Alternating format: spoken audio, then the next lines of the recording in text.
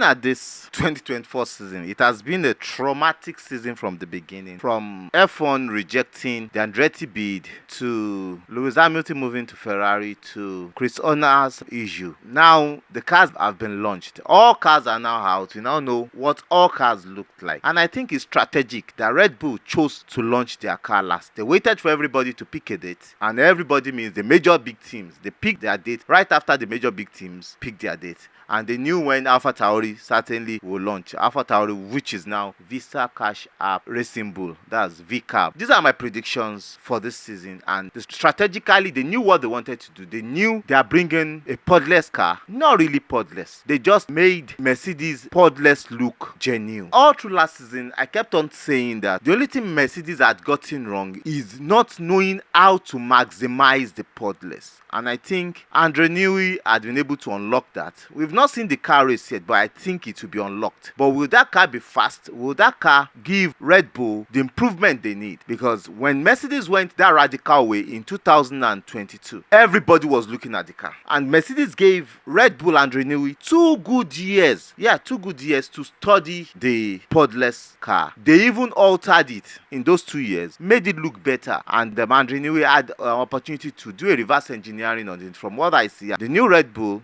looks podless, but is not podless. So let's start from here. The Chris Horner's case. The story was leaked before, but now it has been fully leaked that Christian Horner was sending unacceptable pictures to a female employee in Red Bull, and it has been casted. He played it down during the launch, but he has been on this case since last year before it became a full-blown case this year. Himself and his lawyer tried to pay the lawyer of the lady out so that they can be off this case, but that had not been possible. And the situation in which they are now, it looks as if it's going to be a very critical situation for Chris Horner, because Red Bull had given him an opportunity to step down, but he said no, he will fight it out. They said he should step down. From news that came about, they said he should step down. It will be based on his contract or health or something like that. They will find an excuse, but he refuses to step down. Now the case is on, and Ford released a statement 2 days ago that they are looking at the case critically because they want to be a part of a team. Ford are going to be part of the Red Bull team in 2026 that really have integrity. They are looking at this case to see what Red Bull will do with this case so that they can know what they also will do. Now, if a team like Ford that calls itself a family company and hold themselves at very high standard and esteem are looking at a behavior like that and integrity, they are looking at Red Bull, which means Red Bull might have to do what they do not wish to do, and that might be very, very critical for Red Bull this season. Starting with all those shenanigans, I don't wish Chris Horner to go, seriously, because I like him, but he has this bad attitude that I don't like. Almost all the team principal has that, but his own is just on the extreme. But as it is, I think it will be better if he leaves, and it will work for him if he leaves. Let me go back to Andre Newey. Andre Newey, I think, has been able to make the W14, that the zero pod, a more advanced car, because the new car the Red Bull launched, I won't say it's a podless car. It has almost a zero air radiator air cooler path, but it has pods. It is a zero radiator cooler path on it. And from what we are hearing, I thought they were trying to taunt the Mercedes, that they might bring up the real car in Bahrain, but from what we are seeing, that is what Red Bull will be using. And as early as Japanese Grand Prix, they will start bringing up updates to make that car a zero pod. That is if they will make it a zero pod, but I'm not sure they will go zero pod. It will have pod, but the air inlet to cool the radiator will be small, and it will be right underneath the pods, the way Mercedes built theirs, but it has no pods on top. So their concept has an overbite on it. The overbite has side pods. The side pod inlet is just small underneath the major pod that will allow air to go in, and that inlet looks majorly like the Mercedes W14, the way the inlet is built. So the car has pods, but the inlet is different, which means they have a big undercut underneath the side pod that will give them more aerodynamic capability. Now with that zero pod, they will have more aerodynamic capability. Will that car look better than the RB19? I can't say yet. Nobody can say. Now with the development rate at which Ferrari, Mercedes and McLaren had gone, including Aston Martin, would they be able to meet up or be better than the Red Bull that are going the other way around? Everybody is going now. We don't know. But during the season, we need to look at it critically. But my predictions for this season, with Red Bull going the other way around, it looks critical for them that they might go down a little bit. So I don't see Red Bull winning the championship this season. Red Bull might have to struggle because they are going to be bringing updates to the car to make it podless. By the time they might realize that this car will not be fast or as fast as as other cars, it might be too late. Now, they might have started building updates already, but the updates may not work. We don't know yet. But my prediction is that there's no chance or possibility that Red Bull will win this season. So I think the race this season is between the Mercedes, the McLaren, and the Ferrari. Certainly, Red Bull will give everybody a run for their money, 100%. But winning this season still lies in the hand of those 5 teams: the Aston Martin, the McLaren, the Mercedes, the Red Bull, and the Ferrari. So who do I think will win this season? Last year, I talked about it that Mercedes had failed in so many ways, and the other teams might find W14 a better design to work on. But I didn't know it would be Red Bull that will make the design gyroscope better. There was a particular video I did last year that I analyzed how Red Bull need to progress, because there are 2 ways. Now, if you notice, Red Bull only brought 2 major upgrades last season. By the time the season started, they were close to 2 seconds ahead of everybody on the grid, about 1.7 or thereabout ahead of everybody on the grid. They were having a lot of penalties. They came first in the championship. They had drivers coming first, so their wind tunnel time has been reduced. With the cost cap penalty and cost cap spending, how did they come about close to 2 seconds development? All through the year, they brought upgrades. Those upgrades did not give them much leap forward last season.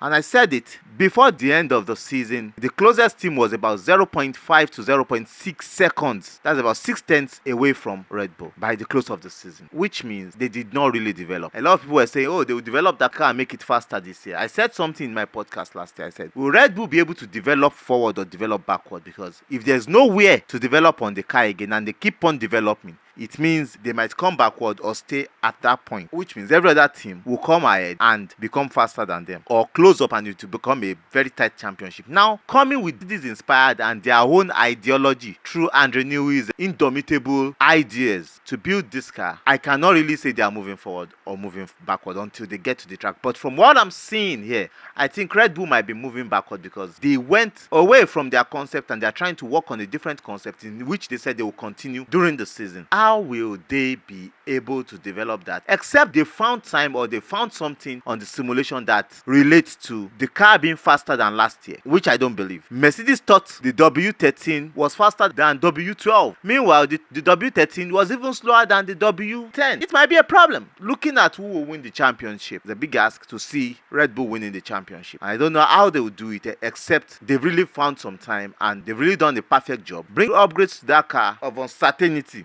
It looks crazy. It looks crazy for Red Bull. So, who might win this season with the new cars they've brought out? I think McLaren had an upper hand. But with experience, I think Mercedes could win this season. McLaren coming second, Ferrari third, Red Bull fourth. From what I'm seeing, that is my own predictions, not your predictions. So please, it's my own predictions. Like I said, I see Mercedes, because of the experience they've had, they would win. McLaren coming second, Ferrari coming third. The third will be between Ferrari and Red Bull, but I think Ferrari might be able to edge the Red Bull, and the Red Bull coming fourth, and Aston Martin, Alpine. Between them, fourth and fifth. Then we have Williams coming sixth.